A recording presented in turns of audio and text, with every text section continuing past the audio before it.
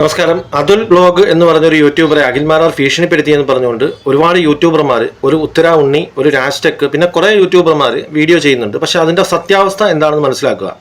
അഖിൽമാരാർ വിളിച്ചു, അഖിൽമാരാറിൻ്റെ വോയിസ് പുറത്തായി, ഇദ്ദേഹത്തെ ഭീഷണിപ്പെടുത്തി എന്നുള്ളതൊക്കെ ശരിയാണ്. പക്ഷേ ഇവരെല്ലാം പ്രചരിപ്പിക്കുന്ന പോലെയല്ല യഥാർത്ഥത്തിലുള്ള സംഭവം.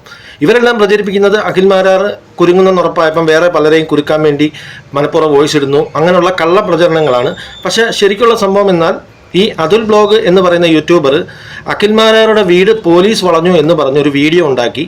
ശരിക്കും ആ വീഡിയോ അഖിൽമാരാരുടെ അമ്മ തൊഴിലുറപ്പ് നിന്ന സ്ഥലത്തു നിന്നും അറിയുകയും അവർ ഓടി ഭയന്ന് വീട്ടിലേക്ക് ചെല്ലുകയും അവരുടെ അച്ഛൻ പേടിക്കുകയും അവരുടെ മക്കൾ പേടിക്കുകയും ഭാര്യ മക്കളുമൊക്കെ ഭയന്നു പോയി. ശരിക്കും അഖിൽമാരാർ തെറ്റ് ചെയ്തിട്ടുണ്ടെങ്കിൽ അഖിൽമാരാർക്കെതിരെ വിമർശനം ഉന്നയിക്കാം. അഖിൽമാരാരുടെ നില പരുങ്ങലാണെന്ന് അറിഞ്ഞുകൊണ്ട് അഖിൽമാരാർക്കെതിരെ പറഞ്ഞാൽ റീച്ച് കൂടുമെന്നും പറഞ്ഞുകൊണ്ട് വേറെ കുറേ യൂട്യൂബർമാരെല്ലാം കൂടെ കള്ളപ്രചരണങ്ങൾ നടത്തുന്നു.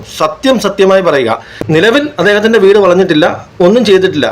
അങ്ങനെ ഒരു കള്ളപ്രചരണം നടത്തി അവരുടെ വീട്ടുകാരെയും അവരുടെ ഭാര്യയും മക്കളെയൊക്കെ ഈ രീതിയിൽ ഭയത്തിൻ്റെ നിഴലിൽ നിർത്തുന്നത് ഏറ്റവും വലിയ തെറ്റാണെന്ന് ഈ പ്രചരിപ്പിക്കുന്നവരും ഈ അതുൽ ബ്ലോഗും മനസ്സിലാക്കണമെന്നാണ് എനിക്ക് പറയാനുള്ളത്. രാജ്യസ്നേഹിയായ അതുലേ, ഞാൻ നിന്നെ വിളിച്ചു എന്ന് പറഞ്ഞുകൊണ്ടൊക്കെ നീ ഒരു വീഡിയോ ചെയ്തേക്കുന്ന കണ്ടു. ഞാൻ വിളിച്ചപ്പോൾ നീ പേടിച്ചെടുക്കാത്തയാന്നുള്ള കാര്യം എനിക്ക് നല്ല വ്യക്തമായിട്ടറിയാം. കാരണം ഞാൻ നിന്നെ വിളിച്ചപ്പം ഞാൻ നിന്റെ നമ്പർ എടുത്ത പയ്യനോട് ഞാൻ പറഞ്ഞതാണ് അവനെ ഞാൻ വിളിക്കുമെന്നൊന്ന് പറഞ്ഞേക്കണം. അത് ഞാൻ നിന്നെ വിളിച്ചത് നിന്നെ ചീത്ത വിളിക്കാനൊന്നുമല്ല.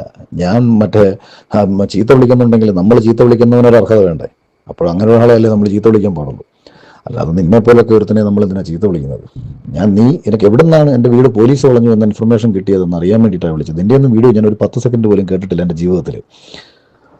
അമ്മ തൊഴിലുറപ്പിന് പോയ അമ്മയോട് ആരോ പറഞ്ഞു വീട് പോലീസ് വളഞ്ഞെന്ന് പറഞ്ഞ് യൂട്യൂബിൽ പറയുന്നു കേൾക്കുന്നല്ലോ എന്ന് പറഞ്ഞ് ഇങ്ങനെ ആരോ ഒരാൾ അമ്മയോട് പറഞ്ഞപ്പോൾ അമ്മ എന്നെ വിളിച്ചിട്ട് എന്താടാ സംഭവം എന്ന് ചോദിക്കുകയും എനിക്കത് അയച്ചു തരികയും ചെയ്തപ്പോഴാണ് ആ ഇൻഫർമേഷൻ എവിടെ നിന്ന് കിട്ടി എന്നതൊന്നും അറിയാൻ വേണ്ടിയിട്ടാണ് ഞാൻ നിന്നെ വിളിച്ചത്. പിന്നെ നിന്റെ രാജ്യസ്നേഹം നമുക്ക് വ്യക്തത, ഇനി നിനക്ക് എല്ലാ കാര്യങ്ങളെക്കുറിച്ചും കൃത്യമായിട്ട് അറിവും ബോധമൊക്കെ ഉണ്ടായതുകൊണ്ട് നമുക്ക് തമ്മിലൊന്ന് സംസാരിക്കാം എന്ന് മാത്രം കരുതിയിട്ട് വിളിച്ചതാണ്. അല്ലാതെ ഞാൻ നിന്നെ വിളിച്ച് ഞാനത് അത്ര പൊട്ടനാണെന്നാണ് എൻ്റെ വിചാരം. ഞാൻ നിന്നെ വിളിച്ച് ചീത്ത വിളിച്ചിട്ട് നിനക്ക് നല്ല റീച്ച് ഉണ്ടാക്കി തരാം?